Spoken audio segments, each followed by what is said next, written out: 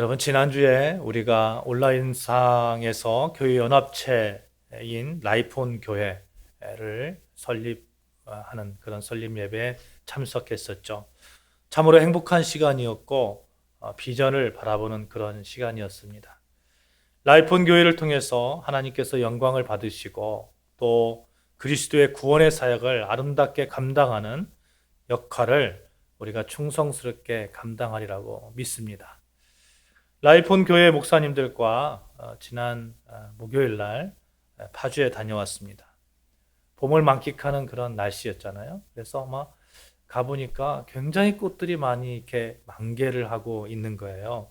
벚꽃이 있었고 또 거후의 그림들이 이렇게 가득 이렇게 걸려져 있는 그런 카페에 가서 또 음료를 나누기도 했습니다. 좋으신 목사님들과 함께 해서 행복했고 비전을 나눌 수 있어서 감사했던 하루입니다. 코로나로 인해서 꽁꽁 얼어붙은 마음이 있습니다. 그런데 이 마음이 녹아져 내리는, 그래서 봄에 이 새싹이 피어나듯이 그런 새싹이 피어나는 것 같은 그러한 경험을 했습니다. 봄날에 예수님께서 주시는 그 따스함을 마음껏 이렇게 느끼고 경험하고 감사한 그런 하루였는데, 사랑하는 여러분, 우리 예수님 안에 따스함이 있습니다. 예수님은 늘 우리에게 봄날의 햇살과 같은 그러한 따스함, 봄날에 피는 그러한 벚꽃과 같은 그런 아름다움을 우리 삶에 주시라고 믿습니다. 우리 같이 이렇게 고백해 볼까요? 예수님 안에 따스함이 있습니다. 시작. 예수님 안에 따스함이 있습니다. 아멘. 그렇습니다. 지난주 라이프 교회 설립 예배를 보면서 이런 생각을 했어요. 우리가 어떤 상황, 또 어떤 문제를 바라볼 때에 어떤 마음, 어떤 믿음을 가지고 바라보느냐가 참으로 중요하겠구나, 이런 생각을 했습니다. 제가 왜 이런 말씀을 드리냐면, 코로나로 인해서 정말 여러 가지 어려움 가운데 있었잖아요. 그런데 라이프온 교회 설립을 보면서 그 어려움이 또 다른 그런 새싹을 피어나게 하겠구나. 또 다른 하나님의 그 길, 하나님께서 마련해 주신 그 길을 발견하게 했구나 하는 것을 알게 되었다는 것이죠. 마치 겨울이 지나면 당연하게 파란 새싹이 이렇게 솟아나듯이, 그렇게 어려움을 통해서 새로움을 발견하게 되었다는 것입니다.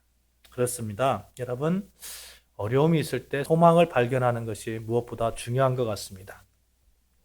아무리 추운 겨울에도 이 겨울은 반드시 따뜻한 봄을 향한 어떤 감사의 시드머니가 될 수 있다 하는 그러한 믿음, 그 믿음이 있는 자는 겨울을 지나갈 때 그렇게 막 그 어렵게만 지나가지 않을 거예요. 소망하면서 또 이겨내면서 그렇게 겨울을 감사한 마음으로 지나갈 수 있을 겁니다. 왜냐하면 봄에는 반드시 새싹이 피어나고 봄에는 반드시 꽃이 피고 그 가운데 우리가 정말 하나님께서 주시는 그런 감사한 일들이 일어날 것이라고 믿기 때문에 그런 것이죠. 그래서 우리는 어떤 일, 또 어떤 환경을 대할 때에 어떤 자세, 어떤 마음, 어떤 믿음을 가질 것인가 중요하다 하는 것을 우리가 깨달아야 됩니다.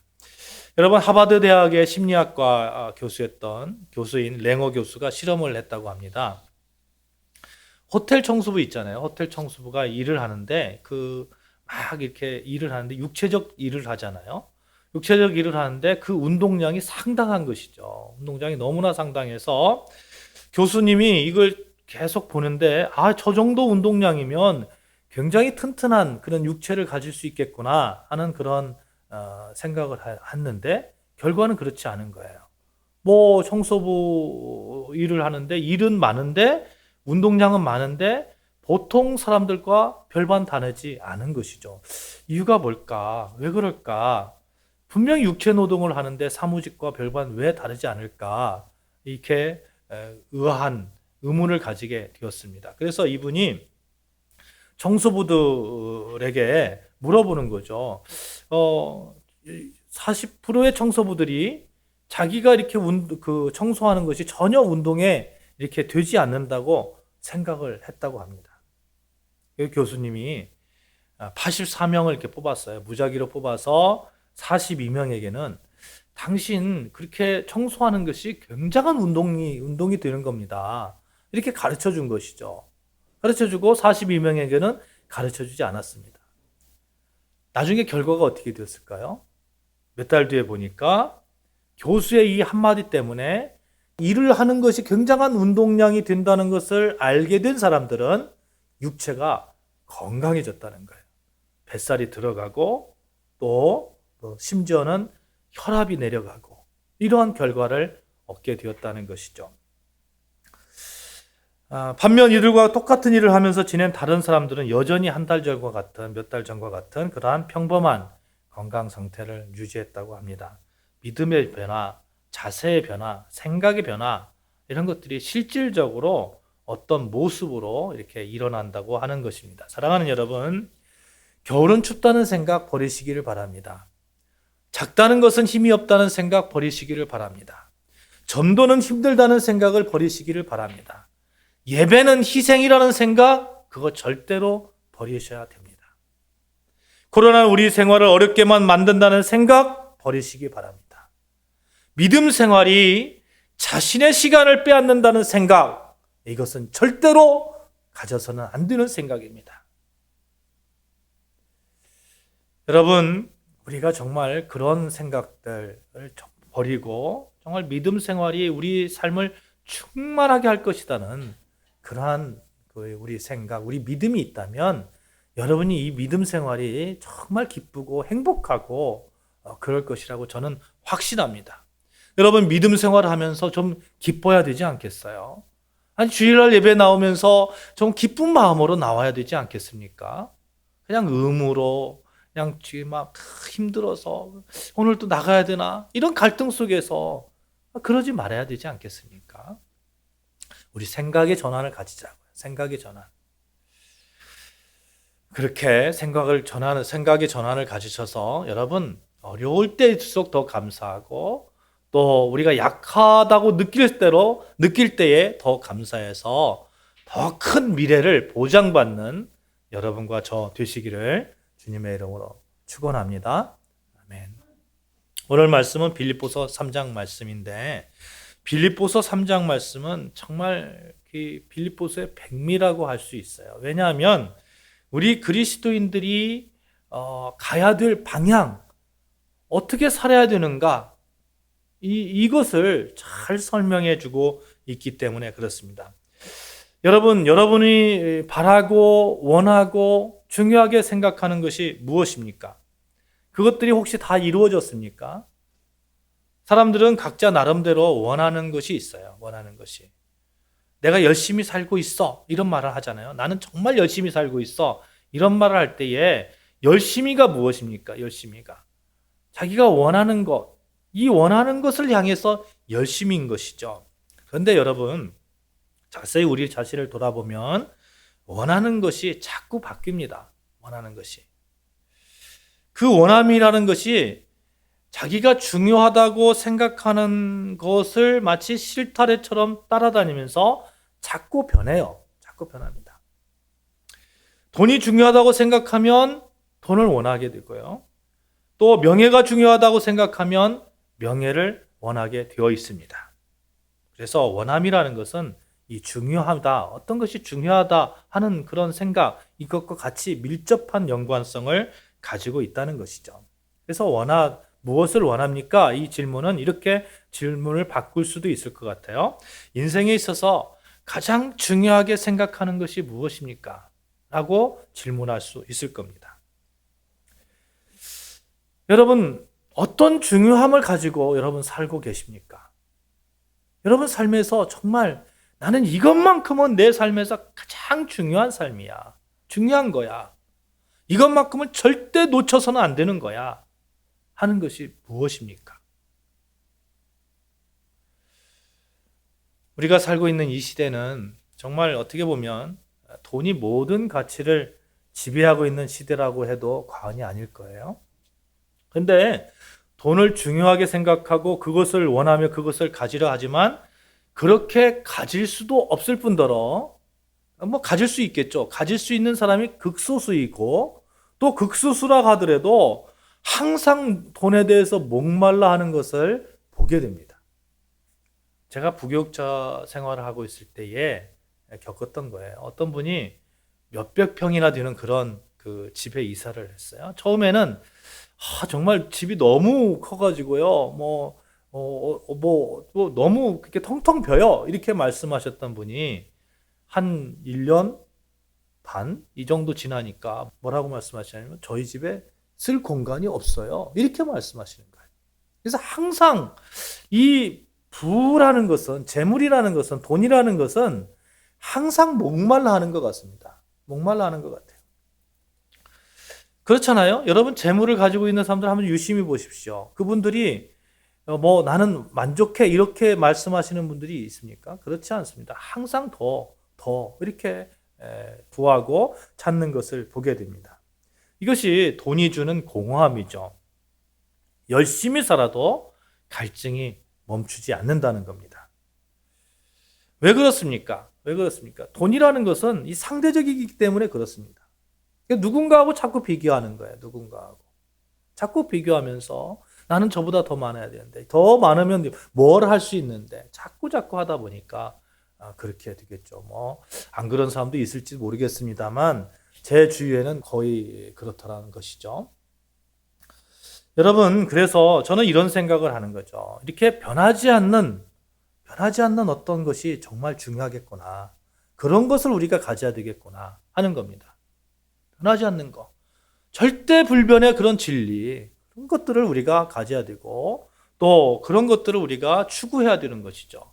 돈이 아니라 예를 들어서 이런 거죠. 돈이 아니고 행복이라든지 뭐 사랑이라든지 영혼이라든지 영혼이라든지 인생의 정말 아름다운 삶이라든지 이런 것들에 대한 그런 중요성을 가져야 되는 것이죠. 며칠 전에 제가 차를 타고 가면서 옛날 통닭을 이렇게 한 마리를 이렇게 샀었어요. 옛날 통닭을 샀었는데 옛날 통닭이 이게 지방이 많잖아요. 이렇게 튀겼잖아요. 막 튀긴 거라 이걸 먹으면 또 제가 뭐 이렇게 고혈압이 있는데 더 이렇게 안 좋아질까 하는 그런 마음과 또 한편에서는 맛있는데 하는 그런 마음이 갈등을 하는 거죠.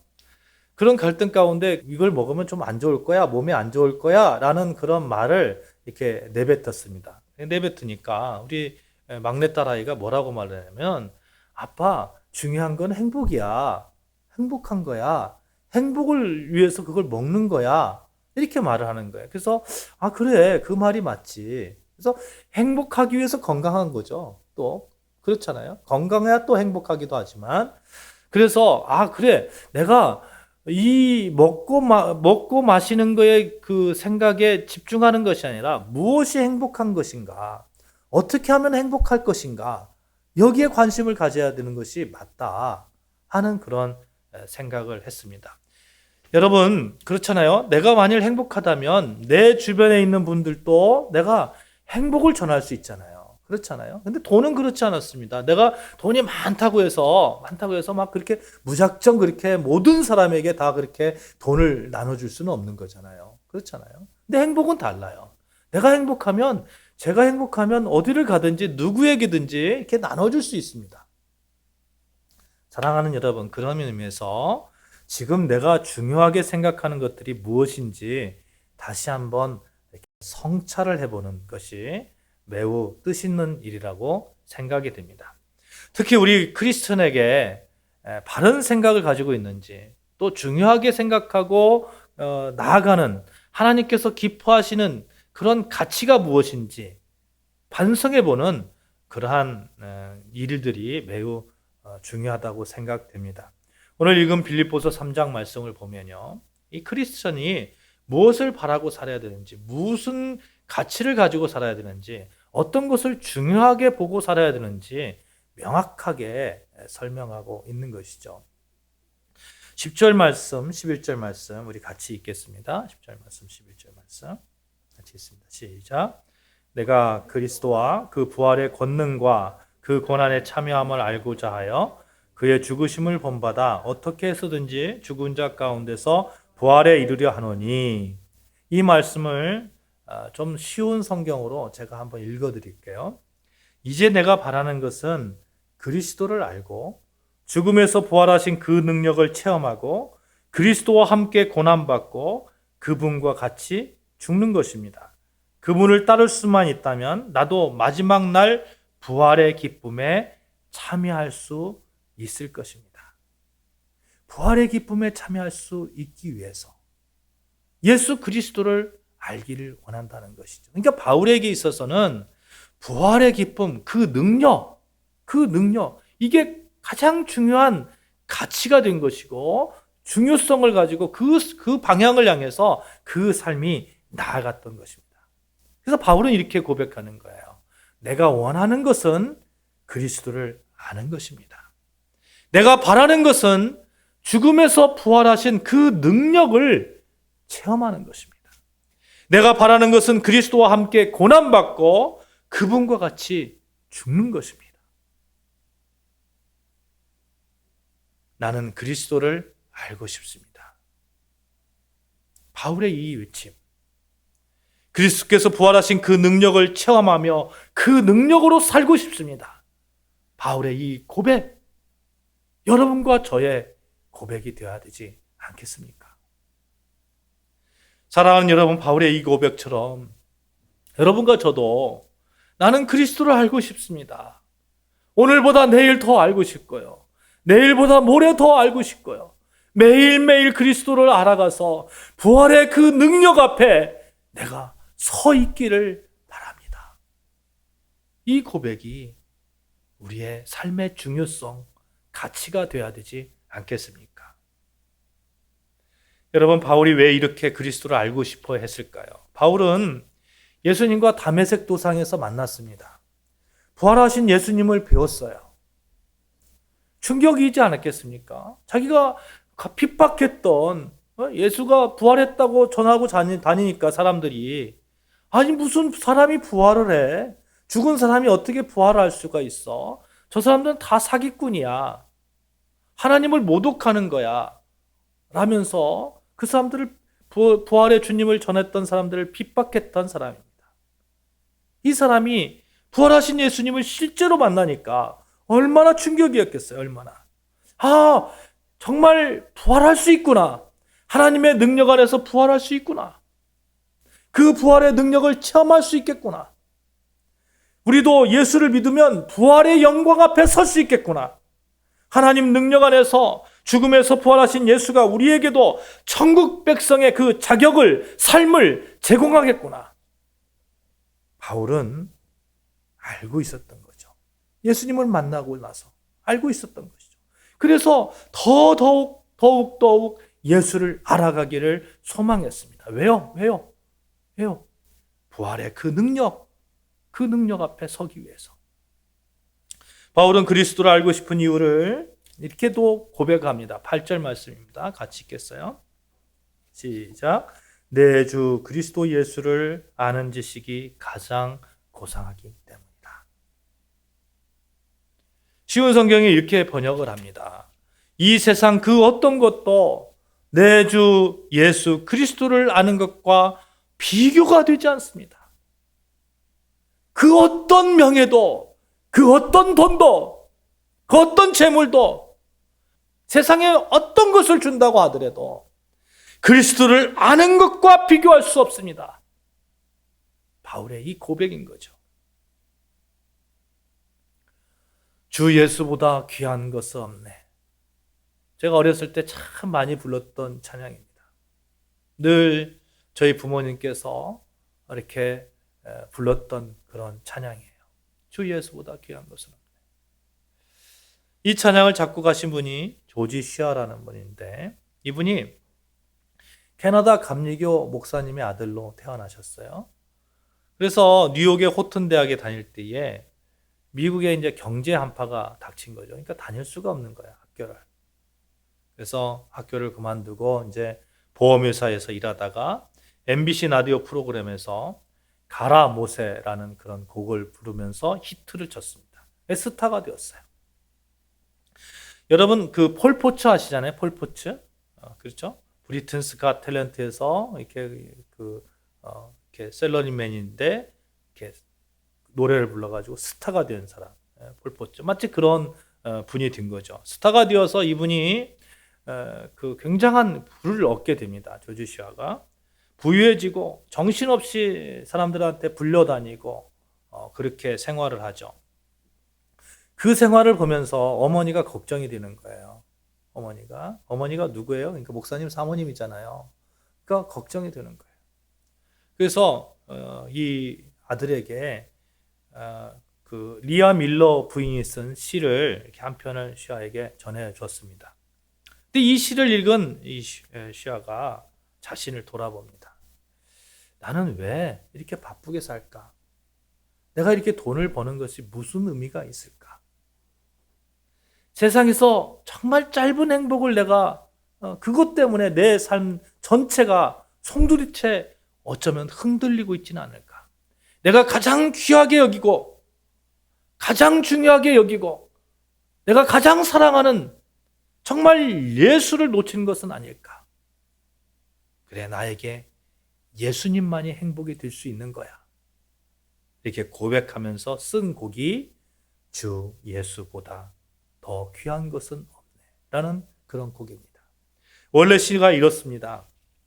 금이나 은보다 예수님을 알기 원하며 막대한 재물을 갖기보다 그분의 것이 되기 원합니다. 집이나 땅보다 예수를 알기 원하며 그의 못 박힌 손에 이끌리기 원합니다. 이런 시의 내용이에요. 우리 같이 주보 뒤에 있는데 찬양을 해보겠습니다. 주 예수보다도 귀한 것은 없네. 이 세상 부귀와 바꿀 수 없네. 영죽을 내 대신 돌아가신 그 놀라운 사랑 잊지 못해. 세상 즐거움 다 버리고 세상 자랑 다 버렸네. 주 예수보다도 귀한 것은 없네. 예수 밖에는 없네. 주 예수보다도 귀한 것은 없네. 이 세상 행복과 바꿀 수 없네. 유혹과 핍박이 몰려와도 주 섬기는 내 맘 변치 못해. 세상 즐거움 다 버리고 세상 자랑 다 버렸네. 주 예수보다도 귀한 것은 없네. 예수 밖에는 없네. 아멘. 여러분, 그 어떤 것도 내 주 예수 그리스도를 아는 것과 비교가 되지 않습니다. 이 말씀을 다른 성경본에서는 이렇게 또 얘기를 해요. 내 주 예수 그리스도의 지식의 탁월함 때문이다. 이렇게 얘기를 합니다. 사랑하는 여러분, 예수님을 아는 지식이 이 세상 어느 것과 비교할 수 없을 정도로 탁월합니다. 예수님을 아는 지식이 이 세상의 그 어떤 것도 감히 비교할 수 없을 정도로 무한한 그런 가치를 가지고 있습니다. 골로새서 2장 3절 말씀 한번 찾아볼까요? 골로새서 2장 3절 말씀.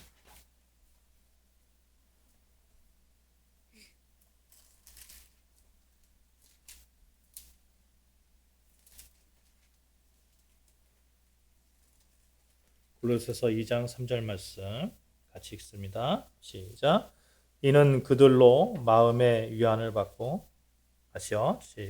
찾으셨어요? 아멘 합시다. 아멘. 시작. 이는 그들로 마음의 위안을 받고 사랑 안에서 연합하여 확실한 이해의 모든 풍성함과 하나님의 비밀인 그리스도를 깨달여 아멘. 아멘. 그 3절까지 읽을까요? 시작. 그 안에는 지혜와 지식의 모든 보화가 감추어져 있느니라. 아멘. 그 안에는 모든 지혜와 모든 지식과 모든 보화가 감추어져 있다는 겁니다. 세상의 그 어떤 학문도 종교도 경험도 예수 안에 있는 그 지혜와 지식에 견줄 바가 아닙니다. 우리는 그런 예수님을 믿고 있는 거예요. 그런 예수님은 지금 알아가고 있는 그 현장에 여러분과 제가 서 있는 것입니다. 사랑하는 여러분, 여러분과 제가 우리가 추구하는 모든 지혜의 보물인 예수 안에 같이 동참하고 있다는 그 믿음 안에 서시기를 주님의 이름으로 축복합니다. 그래서 그리스도를 아는 지식의 탁월함을 소망하는 가운데 살아가시기를 바랍니다. 그러면 어떻게 예수를 알아가는 그 현장에 있을 수 있을까요? 여러분, 무엇보다도 예수님을 바울처럼 만나야 됩니다. 바울이 결정적으로 그렇게 그 가치관이 변하고 자기가 가장 중요한 것, 예수님을 알아가기를 원했던 그 결정적인 그 이유는 예수님을 만났기 때문에 그렇습니다. 말씀을 통해서 또 기도를 통해서 예수님을 인격적으로 경험해야 됩니다. 그러면 우리는 예수님처럼 생각하고 예수님처럼 살아갈 수 있는 그런 힘을 얻고 예수님을 아는 지식이 날이면 날마다 이렇게 더욱더욱 성장할 거예요. 더욱더욱 성장할 겁니다. 이 조지 시아 있잖아요. 그 주 예수보다 더 귀한 것은 없네. 이 작곡했던 이분이, 이 노래했던 이분이 빌리 그럼 목사님을 따라다니면서 수없이 많은 사람들에게 주 예수보다 더 귀한 것은 없네라는 그런 찬양을 했습니다. 1973년도에 서울의 그 여의도 광장에서 그렇게 집회가 있었잖아요. 빌리 그레엄 집회가 있었는데 그때에도 이분이 와서 찬양을 했단 말이죠. 여러분 한번 생각을 해보세요. 계속해서 찬양을 하는 거예요. 계속해서 집회 있는 곳마다 가면서. 그러면 예수님을 만나지 않고 싶어도 만날 수밖에 없지 않겠습니까? 그 현장에 있는데. 바울은 또 어떻습니까? 바울은 일평생 주님을 전하기 위해서 살았어요. 그렇잖아요? 그렇게 전도 여행을 다녔습니다. 주님을 전하기 위해서 그런 일평생을 가운데 기도하고 말씀을 연구하고 예수 그리스도를 전하는 그 가운데 예수님을 알아갈 수 있는 그런 길들이 계속해서 열리지 않았겠습니까?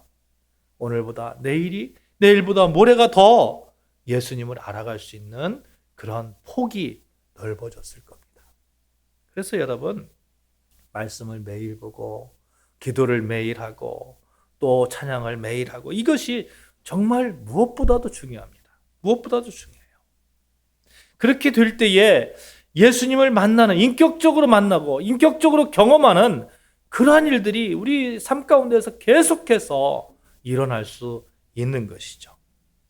예수 그리스도를 만난 경험이 우리 삶을 변화시킬 수 있을 것이고 그 변화 가운데 우리가 더 예수님을 알아가기를 더 소망하고 더욱더 알아가고 그렇게 깨달음이 있지 않겠습니까? 여러분, 세상에서 가장 아름다운 그 진주를 본 상인은요, 다른 진주를 더 이상 가치 있다고 생각하지 않는다고 합니다. 가장 좋은 것을 가지고 있으니 요즘 이제 영상 예배를 우리가 드리다 보니까 영상 장비에 대한 관심이 제가 많아졌어요. 그래서 영상 장비를 보다 보니까 화질이 이 차이가 나는 것을 알게 되었습니다. 옛날에는 그저 뭐 이렇게 화소수가 많으면 좋은 줄 알았거든요. 그렇지 않더라고요. 그렇지 않아요. 캠코더가 거기가 거기지 이렇게 생각했는데 또 그것도 아니에요. 정말 좋은 화질을 보면요, 나쁜 화질을 견딜 수가 없는 거예요. 정말 좋은 음악을 들으면 나쁜 음악을 견딜 수가 없는 거예요. 마찬가지로 우리가 정말 좋은 것을 알게 되면 다른 것은 더 이상 가치가 없습니다. 우리에게 가장 좋은 것이 무엇입니까? 예수님이잖아요. 그러니까 예수님을 가장 좋은 거, 가장 가치 있는 거, 가장 중요한 그 예수님을 알아가니까 이게 조그만큼 이만큼만 알아도 그게 가장 가치가 있으니 더 풍성히 이렇게 알아가려고 하지 않겠습니까? 바울에게, 조지슈아에게 예수님이 그렇게 귀한 분이었기 때문에 모든 것을 버리고 예수님을 더 알아가려고 했던 것이죠. 저는 여러분과 제가 그 귀한 예수님을 매일의 삶 가운데서 만날 수 있기를 소망하며 기도합니다. 오늘 빌립보서 3장에 보면 바울이 한 말 가운데 우리가 주목해야 되는 말이 있어요. 그것은 바울이 예수님을 만난 후에 그가 그동안 가졌던 그 자랑스럽게 여겼던 것들을 버렸다는 사실입니다. 버렸다는 거예요. 여러분 생각해 보세요. 무엇을 소유하기 위해서 다른 것을 버렸어요. 그러면 어떤 것을 소유하기 위해서 다른 것을 버렸다면 이 소유된 것이 얼마나 값어치가 있겠습니까? 그렇잖아요. 정말 귀한 것일 때에만 가능한 거예요. 이걸 놓을 수 있는 거예요. 바울에게 예수님을 만나기 전에는 그가 자랑했던 것이 무엇인지 아십니까? 자신의 출신 배경을 자랑했어요. 나는 누구의 자손이야? 이렇게 자랑했어요. 바울은 또 신앙적인 배경을 자랑했어요. 또 바울은 학문적인 배경을 자랑을 했습니다. 근데 예수님을 만난 다음에 바울이 바뀌어지는 거예요. 오직 예수 그리스도만 자랑하고 있는 겁니다. 7절, 8절, 오늘 본문 7절, 8절 같이 읽겠습니다. 시작. 그러나 무엇이든지 내게 유익하던 것을 내가 그리스도를 위하여 다 해로 여길 뿐더러 또한 모든 것을 해로 여김은 내 주 그리스도 예수를 아는 지식이 가장 고상하기 때문이라. 내가 그를 위하여 모든 것을 잃어버리고 배설로 물로 여김은 그리스도를 얻고 뭐예요? 그리스도를 얻었다는 거예요. 그리스도를 얻으니까 그 다른 것들을 다 배설물로 여겼다는 거예요. 쉬운 성경에서 이렇게 번역하고 있는데 제가 읽어드릴게요. 그때는 이 모든 것이 내게 너무나 소중하고 가치 있는 것들이었습니다. 그러나 예수 그리스도를 만난 이후 그 모든 것이 아무 쓸모없는 것임을 알았습니다. 예수 그리스도를 위하여 나는 이 모든 것을 버렸습니다. 모든 것이 쓰레기처럼 아무런 가치가 없다는 것을 이제 압니다. 이로써 나는 그리스도를 알게 되었습니다. 이렇게 고백하는 거죠. 더 좋은 것을 얻기 위해서 이걸 놓는 겁니다. 예수를 알기 위해서 내가 중요하다고 생각했던 거, 이전에 가치 있다고 생각했던 것을 놓는 겁니다. 제가 중고 사이트를 이렇게 자주 애용을 합니다. 중고를 좋아해서 중고 사이트를 하겠어요? 그렇지 않습니다. 그냥 새 것 살 수 있는 그런 여유가 그러니까 똑같은 물건들이 있다면 이왕이면 중고도 좋은 물건들이 나오니까 중고 사이트를 잘 애용을 합니다. 근데 중고에서 물건이 나올 때에 물건을 파는 이유를 사람들이 설명을 하죠. 물어봅니다. 왜 팝니까? 고장나서 팝니까? 아니면 무엇 때문에 팝니까? 이렇게 물어보는데 그때 많은 사람들이 무슨 얘기를 하냐면 이렇게 얘기합니다. 더 업그레이드 된 물건을 받아서요. 더 좋은 물건을 받아서요. 이게 카메라로 보면 카메라 소니 알파 6000을 제가 가지고 있는데요. 알파 6500이 생겨서요. 알파 6000을 팝니다. 이렇게 말을 하는 거예요. 이렇게 고백을 합니다. 여러분 그렇습니다. 더 좋은 것을 얻기 위해서 얻는다면 이것을 놓을 수 있는 거예요. 우리에게는 예수 그리스도가 있습니다. 가장 중요한, 가장 가치 있는 예수 그리스도가 있습니다. 그 예수 그리스도를 얻기 위해서 여러분이 가지고 있는 세상적 가치로 볼 때에 중요하다고 생각했던 것을 놓는 거예요. 배설물로 여기는 거예요. 세상의 명예, 세상적인 학문적인 그런 자랑, 신앙적인 배경들, 출신 배경들 다 놓는 겁니다. 그러면 겸손해질 수 있어요. 그러면 정말 주 예수보다 귀한 것은 없네 라는 그런 고백이 완성되어질 수 있습니다. 완성되어지는 그 길 가운데 설 수 있는 겁니다.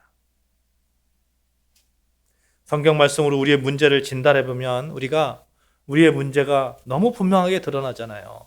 손에 쥐고 놓지 않는 것들이 우리가 얼마나 많은지 모릅니다. 얼마나 많은지 몰라요.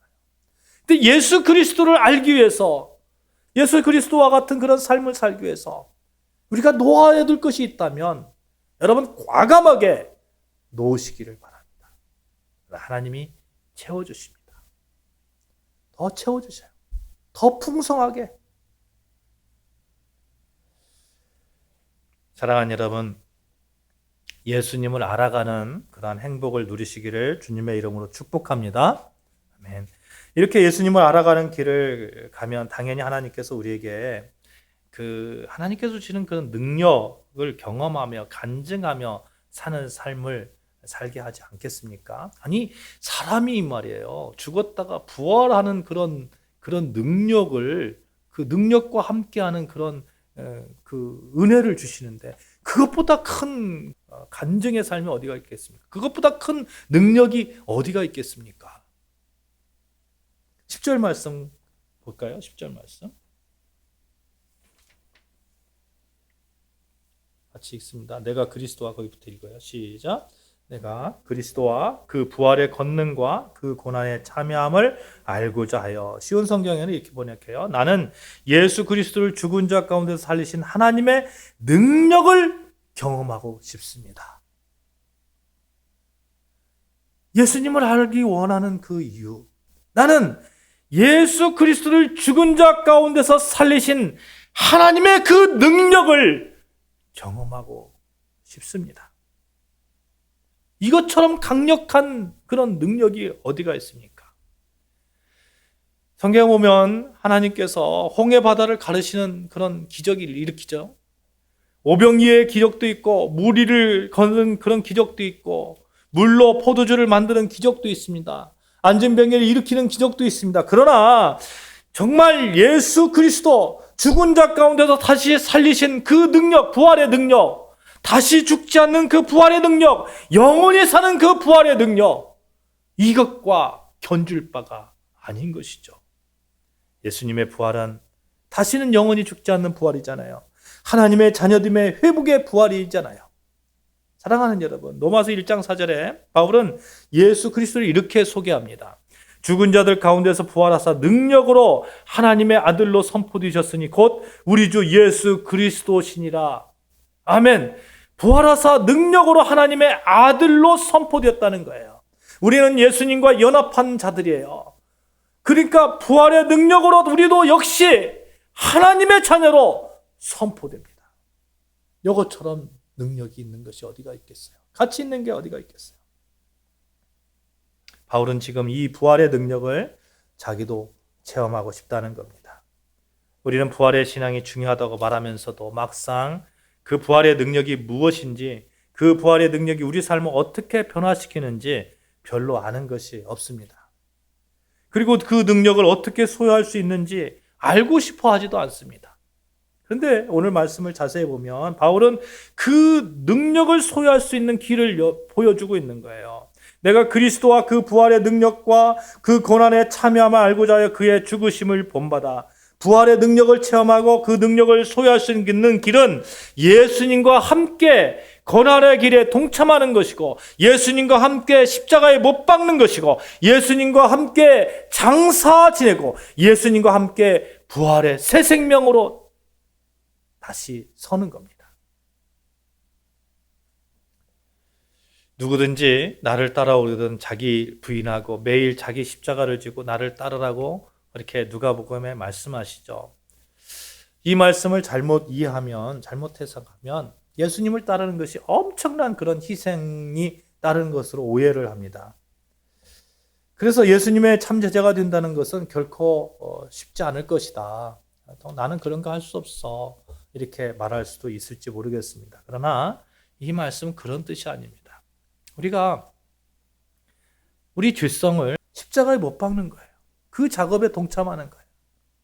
그리고 장사 지내는 거예요. 그 예수님과 같이 그 장사 지냄에 같이 동참하는 거예요. 그 부활의 능력 안에 우리가 새 생명으로 다시 태어난 겁니다. 그리고 그 새 생명 된 삶, now, here, 하나님의 나라가 이미 지금 여기에 너희에게 임했다는 그 말씀대로 하나님의 백성으로서 살아가는 겁니다. 예수님의 고난과 죽으심에 참여한다는 거 너무 거창하게 여기지 말자는 거예요. 지금 내가 할 수 있는 것부터 하자는 겁니다. 우리의 죄성을 십자가에 못 박자는 거예요. 우리가 생명일기를 하잖아요. 생명일기에서 너랑 나랑을 통해서 고백하잖아요. 1번서 7번까지 뭐라고 고백합니까? 우리 두려움이 있잖아요. 죄책감이 있잖아요. 수치심이 있잖아요. 죽음에 대한 공포가 있잖아요. 인정받고 싶은 욕구. 여러분, 두려움을 십자가에 못 박는 거예요. 수치심을 십자가에 못 박는 거예요. 죄책감을 십자가에 못 박는 거예요. 죽음에 대한 공포가 십자가에 못 박는 거예요. 인정받고 싶은 욕구도 십자가에 못 박고 과거에 대한 상처도 못 박고 내 의도 십자가에 못 박는 거예요. 그렇게 우리를 짓누르는 사탄의 속성들을 끄집어내어서 십자가에 못 박는 거예요. 그 작업들을 하는 겁니다. 그리고 이제는 예수 안에서 새롭게 태어난 하나님의 백성으로서 새 생명된 삶을 살아가면 되는 것이죠. 나는 하나님의 백성이다. 그 고백으로 하나님의 나라가 이미 우리 안에 임했다는 그 믿음으로, 그 고백으로 하나님의 백성된 삶을 하루하루 살아가면서 예수님을 더욱더 알아가면서 예수님의 품성을 배워가면서 그 부활의 능력에 동참하기를 소망해야 되는 것 아니겠습니까? 사랑하는 여러분, 말씀을 맺겠습니다. 예수님께서 다시 오실 때 우리 모두가 순결하게 흠없는 사람들로 설 수 있도록 우리가 잘 준비되었으면 좋겠습니다. 지난주에 우리가 부활주일을 지냈습니다만 예수 그리스도의 부활의 능력을 체험하고 여러분 그 능력을 소유하기를 원하고 바랍니다. 그러기 위해서 그리스도를 아는 지식, 아는 지식, 그것이 가장 고상한 것임을 깨달아서 주 예수보다 귀한 것은 없네 라는 그 고백 가운데 여러분 그렇게 멋지게 신앙생활을 이렇게 아름답게 꾸며나가시는 저와 여러분 되시기를 바랍니다. 그래서 주님의 능력으로 살기를, 부활의 능력으로 세워주시는 그 예수님의 그런 사랑 안에서 거하기를 사랑하는 여러분 주님의 이름으로 축원합니다. 기도하시겠습니다.